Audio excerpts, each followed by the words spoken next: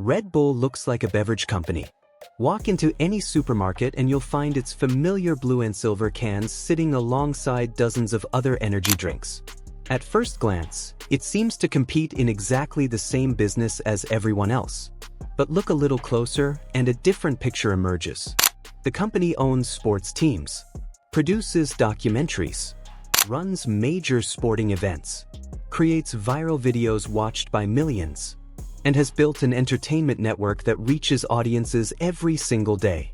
The drink may be its most recognizable product, but content is what made the brand unforgettable. That raises an interesting question. How did a company selling caffeinated beverages become one of the world's most successful media businesses? The answer begins thousands of miles away from Austria, on the streets of Thailand. Back in the 1980s, Austrian businessman Dietrich Mateschitz was traveling across Asia for work. Like many frequent travelers, he constantly battled jet lag and exhaustion. During one visit to Thailand, someone introduced him to a local energy drink called Krating Dang. Within minutes, he noticed the effect.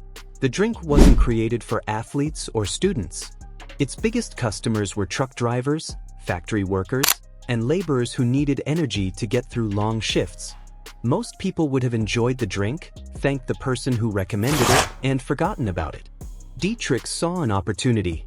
He believed Western consumers had never experienced anything quite like it. Instead of inventing an entirely new beverage, he partnered with Thai entrepreneur Chaleo Yuvitia.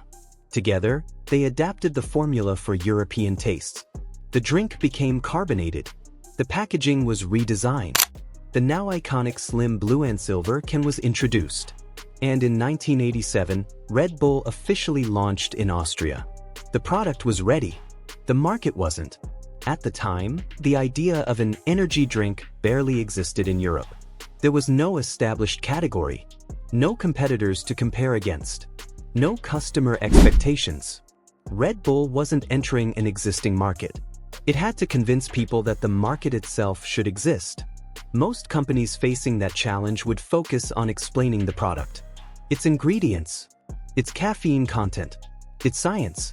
Red Bull chose a completely different path. Instead of selling what was inside the can, it sold what the can represented: energy, adventure, confidence, a willingness to push beyond ordinary limits. That decision shaped the company's future far more than the drink itself ever could. Rather than spending its marketing budget on traditional advertising campaigns, Red Bull invested in places that received very little mainstream attention: snowboarding, motocross, mountain biking, surfing, cliff diving. At the time, many of these sports rarely appeared on major television networks. To most businesses, sponsoring them looked like an expensive gamble. Dietrich Mateschitz saw something others overlooked.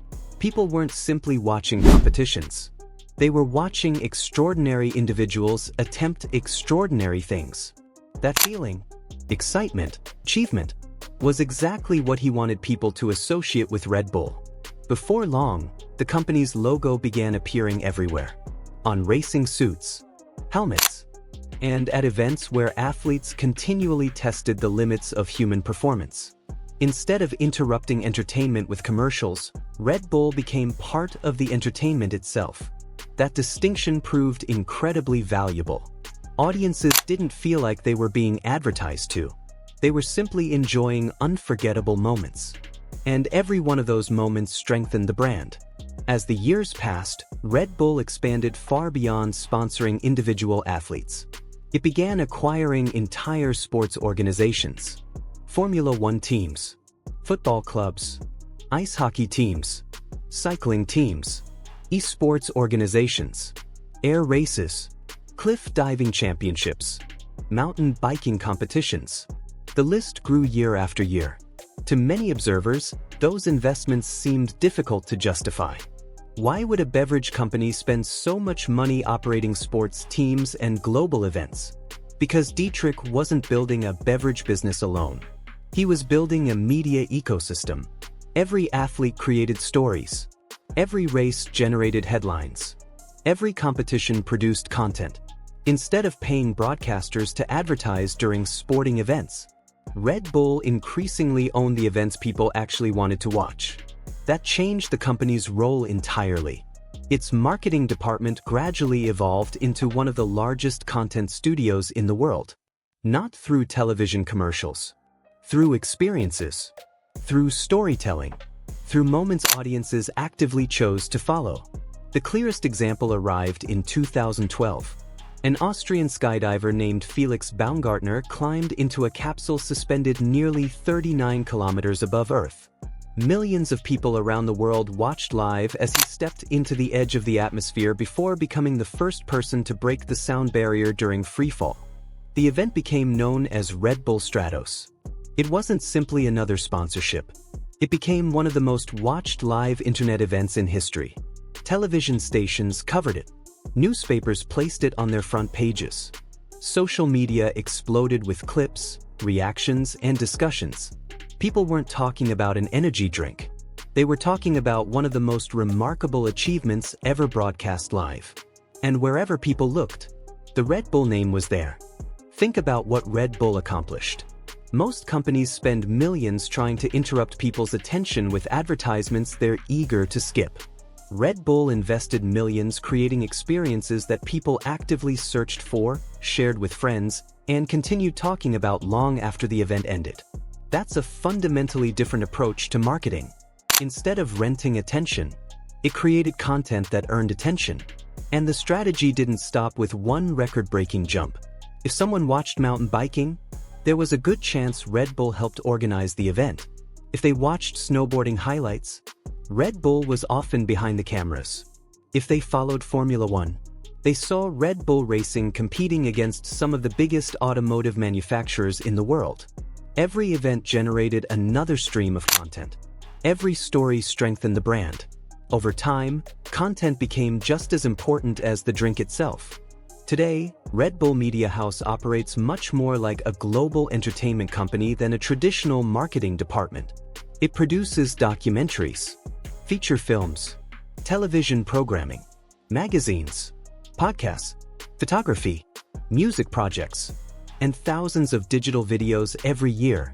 Many viewers consume Red Bull content without ever realizing they're watching what is, at its core, an extraordinarily sophisticated form of marketing. That's exactly why it works.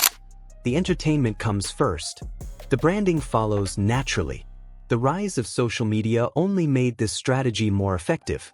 While many companies struggled to produce engaging online content, Red Bull already had an endless supply of remarkable stories unfolding around the world.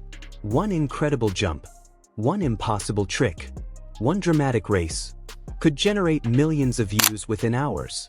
Most businesses create products first, then spend enormous amounts of money trying to attract customers.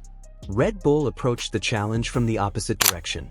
It built an audience first, then introduced products to that audience. That's an entirely different business model. Instead of asking, "How do we advertise our drink?" the company asked, "How do we create experiences that people genuinely want to watch?"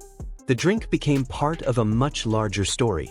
The stories became the reason people remembered the brand. That's why Red Bull often feels closer to a media company than a beverage manufacturer. Today, new energy drinks continue entering the market every year.